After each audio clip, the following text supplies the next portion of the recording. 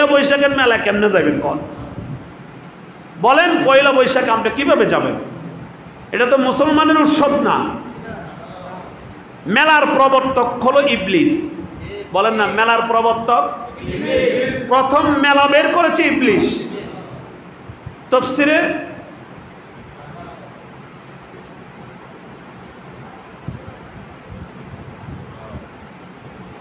উল্লেখযোগ্য একটা তাফসীর 22 নম্বর পারা সূরাতুল আহজাবের 5 নম্বর রুকু। সূরাতুল আহজাবের 5 নম্বর রুকু। এই তাফসীরে আল্লাহর বান্দা লেখেন, পৃথিবীর বুকে মেলা শুরু করেছে প্রথম ইবলিসে। কে বাবা বলেন? ইবলিস। আদম আলাইহিস সালাতু ওয়াস সালামের সন্তানদের মধ্যে 2 ভাগে বিভক্ত ছিল। কয় ভাগ? এক ভাগ পাহাড়ে জঙ্গলে থাকতো, আর এক ভাগ সমতল ভূমিতে থাকতো। মনে পড়েছে তাফসীরে ইবনে কাসির। বলেন আমার সাথে বলেন, তাফসীরে। অনেকে বলবে হুজুর এই কথা কই পাইলেন? তাফসীরে ইবনে কাসির। আপনাদের এলাকায় আমি অনেক আলেম দেখতেছি, ভালো ভালো আলেম দেখতেছি।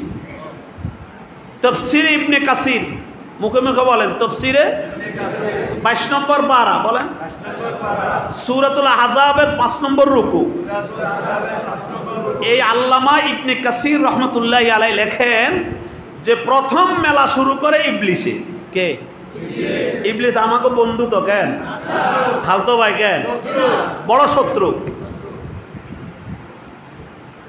আদম আলাইহিস সালাতু ওয়াস সালাম সন্তানরা 2 ভাগে বিভক্ত। কেউ থাকে পাহাড়ে জঙ্গলে, কেউ থাকে সমতল ভূমিতে। পাহাড়ে জঙ্গলে যারা থাকে এদের ভিতরে পুরুষগুলা ছিল সুন্দর, নারীগুলা ছিল কালো কুৎসিত। বলেন পাহাড়ে যারা থাকতো পুরুষগুলা সুন্দর। বলেন পুরুষগুলা নারীগুলা কালো। সমতল ভূমিতে যারা থাকে এদের নারীগুলা সুন্দর, পুরুষগুলা কালো। কথা বুঝছেন না? আল্লাহ জানে।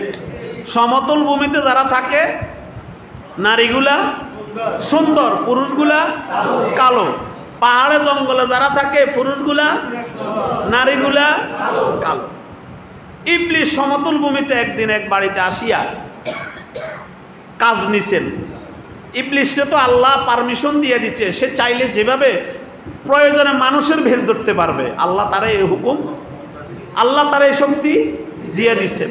কারণ ও বলছে না আমারে বাইর করছেন তো আপনার একটা বন্দারেও আমি জান্নাতে যাইতে দেব না। আল্লাহ কয় আচ্ছা আমি আমার জন্য, আমি আমার বন্দার জন্য ব্যবস্থা রাখছি। কিন্তু কয় আল্লাহ তাহলে আপনি আমার পারমিশন দেন বনি আদমের রগে রগে চলার, হঠাৎ সুরুর পরিবর্তন করার। আল্লাহ কয় দিয়ে দিলাম, তাও দিলাম, যা। ও সমতল ভূমিতে এক বাড়িতে কাজ নিছে মানুষের ভেষে। হঠাৎ করে একদিন বাঁশি বাজাইল, ফুট করে বাঁশি বাজাইল। নারী পুরুষ সব জড়া হয়ে গেছে। পয়লা বৈশাখে দেন না বাঁশি বাজায়? কথা বলেন না? পয়লা বৈশাখে দেন না বাঁশি বাজানো এদের প্রথম গুণ। ইবলিস বাঁশি বাজাইল। তাফসীর ইবনে কাসির 22 নম্বর পারা সূরাতুল আহজাবের 5 নম্বর রুকু। মনে আছে নি? বানাই কইতেছি না তাফসীরের কথা? ইবলিস বাঁশি বাজাইল, সমতল ভূমির নারী পুরুষ সব একসাথ হয়ে গেছে। এরকম বছরে একদিন ও সবার একসাথ করে ফেলে। হঠাৎ করে যখন মানুষ বেশি জড়া হইল, পাহাড়ের এক পুরুষ এদের সাথে আসিয়া যোগ দিল। ও এখানে নিচের নারীগুলো তো সুন্দর। বলেন না নিচের নারীগুলা, উপরের পুরুষগুলা সুন্দর। ও এই সুন্দর নারীদেরকে দেখে আসক্ত হয়ে গেল। প্রতি বছর ও আসে। এক বছর উপরে যাইয়া খবর দিছে, শোনো নিচে কি সুন্দর মেলা, সব একসাথ হয়েছে, আমরাও মাঝে মধ্যে যাই। এবার সে ওখান থেকে কিছু নারী পুরুষকে নিচে আনতে আস্তে আস্তে উপরেরা নিচে আসে, নিচেরা উপরে যায়, যেতে যেতে একটা ভাব হয়ে গেল, সম্পর্ক হয়ে গেল। এতে করে তারা জেনার বাজার মিলিয়ে ফেলছে। এখন ইবলিস সাকসেস। নাউজুবিল্লাহ। তাহলে মেলার শুরু কে করছে? বলেন না মেলার শুরু কে করছে? এবার বলেন পয়লা বৈশাখের শুরু কে করলো? পয়লা বৈশাখের শুরু করলো 1309 হিজরিতে 9 সালে 1309 সালে শান্তিনিকেতনে ইন্দিরা গান্ধী, রাজীব গান্ধী সহ এদের সমাধির পাশে পান্তা ইলিশের নামে আমাদের দেশে রবীন্দ্রনাথ ঠাকুর একটা পয়লা বৈশাখের প্রথম দিনে একটা মেলা মিলাইছে। এজন্য মেলার শুরু ইবলিস, পয়লা বৈশাখের শুরু আরেক ইবলিস, দুই ইবলিসের মাধ্যমে পয়লা বৈশাখের মেলা।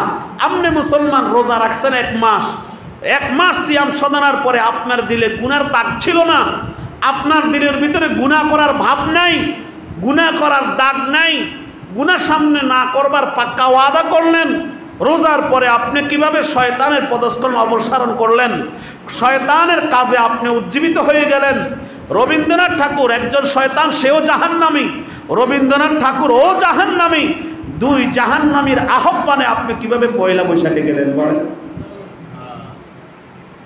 পয়লা বৈশাখের মেলা মুসলমানদের মেলা হতে বলেন না, পয়লা বৈশাখের মেলা মুসলমানদের মেলা হতে।